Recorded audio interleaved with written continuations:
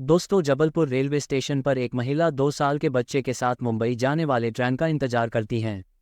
उसको देखकर ना जाने कितने लोगों की बेकरारी बढ़ रही थी, क्योंकि वो हद से ज़्यादा खूबसूरत होती है और इन्हीं बेकरार लोगों में एक नौजवान लड़का भी शामिल होता है। दोस्तों, वो उसको कभी पास से तो कभी दूर से, कभी इधर से कभी उधर से उस लड़की को निहारते रहता है। वो उसके आंखों में बस जाती है। वो महिला उसके सपनों की रानी लगती है। लेकिन तभी ट्रेन आ जाती है और सारे लोग अपने अपने डिब्बे में जाकर अपने अपने सीटों पर बैठ जाते हैं। वो लड़का S1 में बैठता है, वो महिला किसी और डिब्बे में चली जाती है। उस सीट पर बैठे बैठे उस महिला के बारे में सोचने लगता है, जो कि 1 घंटे के अंदर ही उसके दिल के गहराइयों में बस चुकी थी। वो इधर उधर देखने लगता है और यही सोचता है कि काश एक बार और उसको देखने को मिल जाए, एक बार और उस महिला की झलक मिल जाए। दोस्त, एक और शानदार सफ़र की ये लाजवाब कहानी है।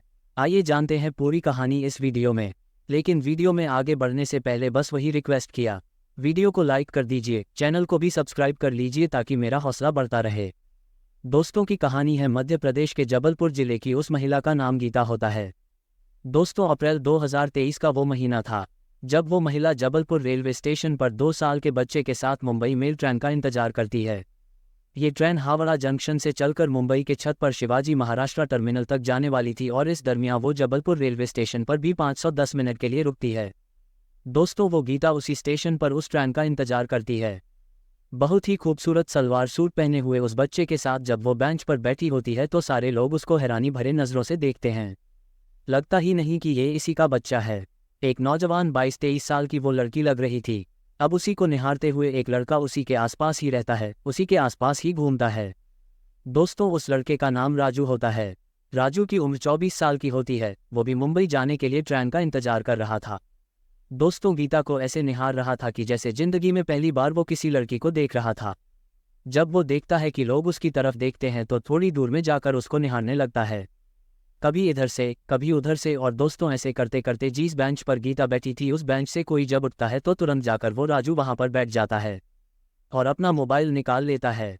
अब जो 2 साल का बच्चा था बहुत ही चंचल था, कभी इनका बैग छूता है, कभी उनका बैग छूता है। वो गीता उसके पीछे परेशान रहती है, लेकिन जैसे ये मोबाइल निकालता है और मोबाइल में कुछ चलाता है और बच्चा तुरंत उसके पास आ जाता है और उसका मोबाइल देखने लगता है। जब वो मोबाइल देखने लगता है तो राजू उसको दुलारने पुच करने लगता है।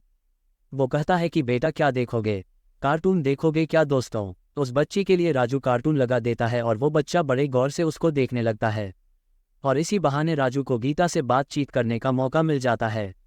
वो गीता से कहता है कि मोबाइल देखने में तो उस्ताद है आपका बच्चा। तो कहती है कि हाँ, जब तक मोबाइल देखता है शांत रहता है, वरना क्या मजाल है कि शांति से कभी 1 मिनट भी बैठ जाए। जब सो जाता है तभी चैन आता है, वरना ये दिन भर चलता ही रहता है।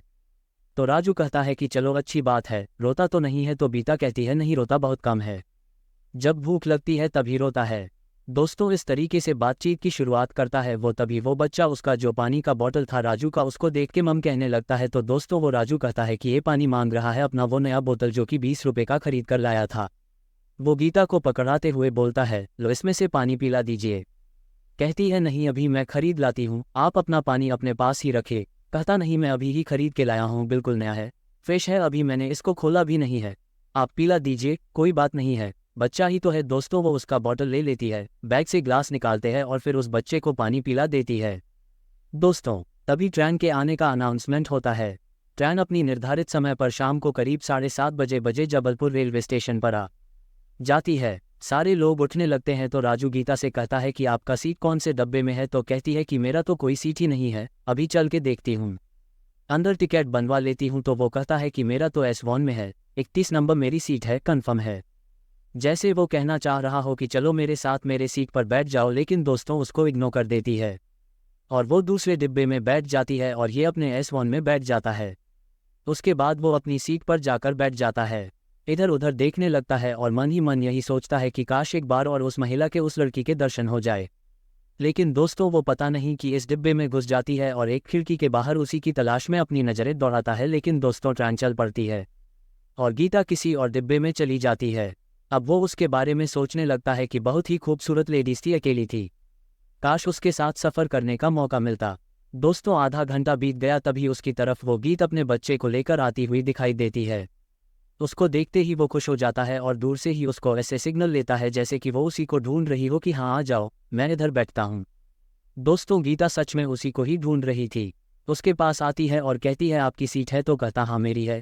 कहती है मैं बैठ जाऊं, तो कहता है हाँ बिल्कुल आप बैठ जाए। तुरंत खड़ा हो जाता है, उसका बैग संभालना है और उसके बाद बैग को तुरंत सीट के नीचे घुसा देता है। बोलता है आप बैठ जाए, कोई दिक्कत नहीं है, मेरी ही सीट है। अब दोस्तों उसका जो दूसरा पैसेंजर था साइड लो उसकी सीट थी।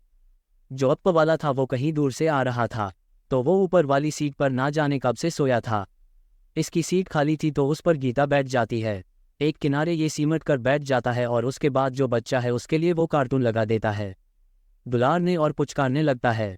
ये था, उससे कहती है कि मेरा टिकट नहीं था, टीटी से मैंने ये टिकट बनवाया है, उससे सीट के लिए मैंने बोला है, लेकिन उसने बोला कि सीट है नहीं खाली कोई। उसके बाद में इधर चली आई क्योंकि आपने बोला था ये सोन में मेरी सीट है, तो मुझे उम्मीद थी कि आप मुझे बैठने दोगे। तो बोलता है अरे क्यों नहीं, मैं तो किसी को भी बैठने देता हूँ।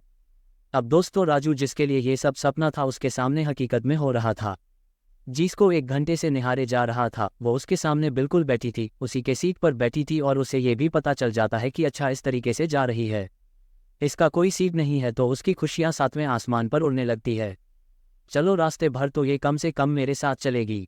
उसके बाद राजू कहता है कि आप पैर फैला लीजिए, आराम से बैठ जाए। तो गीता कहती है कि भैया आप कितना कष्ट सहोगे दूसरे के लिए, अभी मैंने एक लेडीज़ के सीट पर बैठने की कोशिश करी लेकिन उसने तुरंत मुझे भगा दिया। मैं सोच रही थी लेडीज़ हैं, चलो इनके साथ चली जाऊंगी तो कोई दिक्कत नहीं होगी, लेकिन उन्होंने बैठने तक नहीं दिया। जैसे हम बैठ रहे थे उन्होंने कहा कि यहाँ कहाँ बैठ रही हो, मेरी तबीयत खराब है, यहाँ मत बैठो, आप यहाँ से चली जाओ। राजू कहता है कि सब लोग एक जैसे नहीं होते भाई, मैं तो कोई बैठने को कहता है तुम्हें बिठा लेता हूँ, मेरा दिल नहीं मानता क्या होता है। सभी जाते हैं कमाने खाने, कुछ तो कष्ट सहना ही पड़ेगा। अगर कष्ट नहीं होता तो लोग घर पे ही रहते, घर से परदेश की जाते। तो दोस्तों इस तरीके से वो बातें करने लगता है। उसके बाद गीता अपने पैर फैला लेती है, बोतल से दूध निकालती है, उस बच्चे को दूध पिलाने लगती है। उसके बाद बच्चा दूध पीते पीते सो जाता है। फिर वो राजू से कहती है कि आप भी आराम से बैठ जाओ, अपनी ही सीट पर आप इतने सीमट करके बैठे हो, आप भी पैर फैला लो। दोस्तों को पैर फैलाता है और जैसे ही पैर फैलाता है गीता के पैरों में उसका पैर टच हो जाता है। वो डर के मारे पैर तुरंत समेट लेता है और गीता की तरफ देखने लगता है। गीता मुस्कुरा देती है, कहती है कि फैला लो, कोई दिक्कत नहीं है, कौन जान रहा है कि आप कौन हो, मैं कौन हूँ, फैला लीजिए, आप आराम से बैठ जाए, मुझे कोई परेशानी नहीं है। दोस्तों पैर फैला लेता है। आप समझ सकते हैं कि उसके दिल पर क्या बीत रही होगी। 9 बजे बज जाते हैं और उसके बाद वो कहता है कि खाना वाना नहीं खाएंगे। आप तो कहती है कि नहीं मैं खाना नहीं लाई हूँ। अब उन्हें कुछ बनाने ही नहीं दिया, इतना परेशान कर रहा था। तो अभी कुछ आता है, चिप्स वगैरह तो मैं ले लूँगी। दोस्तों एक चिप्स वाला आता है और गीता के लेने से पहले ही वो 200 रुपये का चिप्स, कुरकुरे के कोल्ड ड्रिंक सारा कुछ ले लेता है। उसके बाद वो चला जाता है। वो कहती है भैया मुझे भी दे दो, पैसे निकालते हैं तो कहता है कि रहने दो, इतना किस लिए लिया हूँ, इसी में से खा लेना, मैं इतना थोड़ी खाऊंगा। दोस्तों उसके बाद वो एक बड़ा सा पैकेट जो चिप्स का लेता है उसे फाड़कर गीता के सामने करता है, बोलता है लोग खाओ। दोस्तों गीता जो है उसमें से चिप्स खाने लगती है और थोड़ी देर में अपने बच्चे को और किनारे कर देती है और खिसक कर उसके पास आ जाती है। जब उसके पास आ जाती है दोनों चिप्स खाने लगते हैं, फिर कुरकुरे खाते हैं, कोल्ड ड्रिंक पीते हैं। वो कहते हैं भैया रहने दो, कितना खिलाओगे आप, तो कहता है अरे कोई बात नहीं खा लो, फिर पता नहीं जिंदगी में मुलाकात होगी कि नहीं होगी। अब दोस्तों गीता कहती है राजू से कि अगर आप नहीं होते तो मेरे लिए परेशानी बढ़ जाती, मैं कैसे जाती। तो राजू उससे बोलता है कि ये बात तो मुझे सोचना चाहिए कि मेरी कितनी खुशकिस्मती है कि आप जैसी खूबसूरत लड़की मेरे बगल में बैठी है, मेरे सीट पर बैठी है। ये कहते हुए दोस्तों को डर के मारे कांपने भी लगता है। तो गीता उसे कहती है कि इतनी भी तारीफ मत करो, एक बच्चे की माँ हूं मैं। तो कहता है कि इससे क्या फर्क पड़ता है, प्लेटफॉर्म पर तुमसे खूबसूरत तो कोई था ही नहीं, मेरा दावा है इस ट्रेन में तुमसे खूबसूरत कोई नहीं होगा, मेरा दावा इस दुनिया में तुमसे सुंदर कोई नहीं होगा। अब ये सुनकर दोस्तों गीता कहती है कि ओहो इतनी भी झूठी तारीफ मत करो, इतनी भी सुंदर नहीं हूं मैं। वो डर भी रहा था, काम भी रहा था, लेकिन उसे बस यही मौका था, एक दिन का मौका था, इसीलिए वो सब कुछ कह देना चाहता था। वो बोलता है सच में आप बहुत खूबसूरत हो, जब से आप प्लेटफॉर्म पर बैठी थी मैं आप ही को देखे जा रहा था। गीता कहती हाँ मुझे भी पता है कि आप मुझे ही देख रहे थे, इसीलिए मैं आपको ढूंढते ढूंढते आई हूँ कि आप कम से कम मुझे अपने सीट पर बिठा लोगे। दोस्तों को हंस देता है, बोलता है कि हाँ आपने सही समझा, सही जगह पर आप आई है। अब दोस्तों दोनों बातें कर ही रहे थे। राजू की खुशियां 7वें आसमान पर उड़ रही थी क्योंकि रात होने वाली थी, अभी रात का सफ़र बाकी था। तभी टीटी वहां पर आता है और कहता है कि अरे मैडम मैं आपको कब से ढूंढ रहा हूँ, आपके लिए एक सीट मैंने बड़ी मुश्किल से व्यवस्था की है, चलो S5 में एक सीट है, वहां पर बैठो और आगे आराम से आप सफ़र करो। दोस्तों जब ये बात राजू सुनता है उदास हो जाता है। गीता कहती अच्छा कौन सा सीट है, तो बोलता है चलो S5 में है। दोस्तों वो तुरंत अपना बच्चा उठाती है। राजू से कहती है मेरा बैग निकाल दो। अब दोस्तों वो दुखी मन से बैग निकाल देता है और गीता वहां से अपना बच्चा और बैग लेकर चली जाती है। S5 में अब दोस्तों राजू को ऐसे लगा कि जैसे उसकी जान चली गई हो, उसकी दुनिया उसे बिछड़ गई हो। वो बैठ जाता है, फिर गहरी सांस लेता है, बोलता है चलो सफ़र में मुसाफिरों का क्या सहारा, क्या भरोसा करना। लेकिन इसका दिल लगता नहीं है। 1 घंटे और बीतते हैं, रात को 10:30 बजता है, 11 बजे बज जाता है, उससे रहा नहीं जाता। वो उसके तलाश में S5 की तरफ निकल लेता है।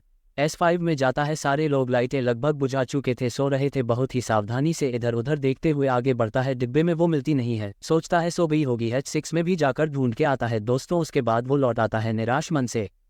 लेकिन जैसे ही वो लौट रहा था तैसे अंधेरे में से आवाज़ आती है कि ये कहाँ जा रहे हो। दोस्तों पलट कर देखता है तो कहता है कि अरे आप यहाँ पर हो। तो कहती हाँ मैं तो यहाँ पर हूँ, आप मुझे ही ढूंढ रहे हो क्या।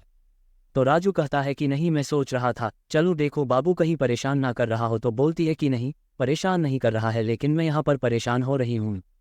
वो बोलता है क्या हुआ। तो बोलती है अगर दिन होता तो मैं वहाँ से आती नहीं, मुझे वही अच्छा लग रहा था, लेकिन अब टीटी अंकल ने मुझे सीट दे दिया तो मैं यहाँ चली आई। लेकिन आपको सोने में परेशानी होती इसीलिए मैं वहाँ से चली आई। तो कहता है अरे नहीं मुझे कोई दिक्कत नहीं होती, आप बेकार में चली आई। तो कहती है अगर ऐसी बात है तो मेरा बैग उठाओ, ये बच्चा संभालो, चलो मैं फिर से चलती हूँ। वहीं पर दोस्तों वो बच्चा संभालना है, उसका बैग भी उठाता है, आगे आगे वो और पीछे पीछे।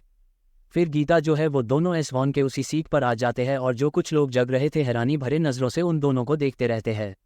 एक जो था सब कुछ समझ रहा था, आखिरकार वो कमेंट कर ही देता है कि आखिरकार भैया भावे जी को ढूंढ ही लाए। तो इस तरीके से दोनों हंस देते हैं और उसके बाद बैठ जाते हैं। फिर सामान वहीं रख देता है और बच्चे को एक किनारे में सुला देते हैं और इस बार दोनों एकदम बेहद करीब बैठ जाते हैं। उसके बाद वो उसके कंधे पर अपना सर रख देती है, कहती है मैं रख लूँ। कहता कोई दिक्कत नहीं है, आप रख लो, सो जाओ। दोस्तों उसके बाद गीता कहती है कि आपकी शादी हो गई है क्या। तो राजू कहता है नहीं मेरी शादी नहीं हुई है। तो उसने बोला क्या काम करते हो। तो बोला पीओपी का काम करता हूँ, पैसे अच्छा खासा कमाता हूँ, लेकिन कोई संभालने वाली नहीं है इसलिए पैसे बचते नहीं है। फिर पूछता है कि आपके पति कहाँ पर है। तो दोस्तों उदास हो जाती है और कहती है कि क्या बताऊं, पति था कि किसी जन्म का दुश्मन था मेरा, अब क्या बताऊं पति के बारे में। तो राजू कहता नहीं बताओ आखिर क्या बात है, जब से आप आई हो मैं देख रहा हूं कोई आपको फ़ोन नहीं किया, यही मैं सोच रहा हूं कि आपके पति भी फ़ोन नहीं किए कि कहाँ पर पहुंची हो। आपके घर वाले कोई फ़ोन नहीं किए। तो बोली नहीं ऐसी बात नहीं है, मेरा फ़ोन ख़राब है, अगर मेरा फ़ोन सही होता तो फ़ोन मेरे मम्मी पापा करते। तो राजू बोलता है कि आखिर आपके पति कहाँ पर है। तो गीता बोलती है कि क्या बताऊं, उसका किराए का मकान था मुंबई में, मैं बोरेवाली में रहती हूँ और वो किराए के मकान को अपना मकान बता दिया, मेरे मम्मी पापा को बेवकूफ़ बना दिया, धोखे से शादी करी। 2 महीने बाद ही पता चला कि शराबी है, जुआरी है, तरह के उसके अंदर एब है, टपोरी है, एक किस्म का। जब तक पता चला बहुत देर हो चुकी थी। 2-3 महीने बीत गए और मुझे बेचने जा रहा था, लेकिन वक्त पर मुझे पता चल गया, मेरे पापा ने मेरे भैया ने उसकी जमकर पिटाई कर दी और उसके बाद वो मुझे अपने घर लेवाकर चले आए। तब से मैं अपने मम्मी पापा के पास रहती हूँ, ये बेटा हो गया उसके बाद। अब बताओ ऐसे चल रही है ज़िंदगी। तो उसने बोला अब वो कहाँ पर है पति तुम्हारा। तो गीता कहती है अरे मर रहा होगा कहीं, उससे क्या लेने देना, उससे कोई मतलब नहीं है, तब से उसकी कोई खोज खबर नहीं है, ना उसने मेरी शक्ल देखी ना मैंने उसकी शक्ल देखी है, उससे कोई लेना देना नहीं है, चला गया होगा, कहीं उसका क्या ठिकाना था। अब दोस्तों रात के 11 बजे बज गए, 12 बजे बज गए, दोनों बातें कर रहे थे।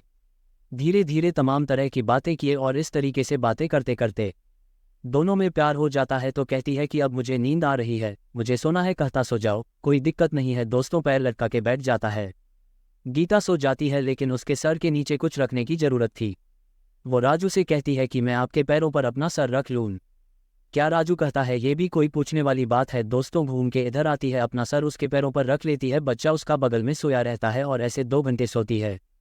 3:04 बजे उठती है तो राजीव से कहती है अब आप भी सो जाओ थोड़ा सा। दोस्तों अब वो गीता के गोद में अपना सर रख के सो जाता है। गीता उसके सर को सहलाती है और बहुत ही प्यार से वो सो जाता है। दोस्तों दो बहुत ही खूबसूरत जिंदगी, कुछ बेहतरीन लम्हे उस ट्रेन में उस सफ़र में जी रहे थे। दूसरे दिन सुबह 11:12 बजे ट्रेन छत्रपति शिवाजी महाराज टर्मिनल पहुंचती है। उसके बाद वो वहां से अपने मायके चली जाती है। दोनों एक दूसरे का नंबर लेते हैं। दोस्तों उसके बाद बातों का सिलसिला चलने लगता है। 4-6 महीने तक एक दूसरे से बातें करते हैं। गीता उसे अपने मायके बुलाती है। उसके माता पिता, उसके भैया भाभी सारे रहते थे और इस दरमियान वो घर पे आए थे अपनी नानी की सेवा करने। उनकी तबीयत खराब थी तो उसके नानी की तबीयत ठीक हो गई थी, तो इसीलिए अब वहाँ से मुंबई उस दिन वापस जा रही थी। इस तरीके से अपने मम्मी पापा से भी मिलवाया। 4-6 महीने बहुत सारी प्यार भरी बातें करने के बाद गीता और राजू का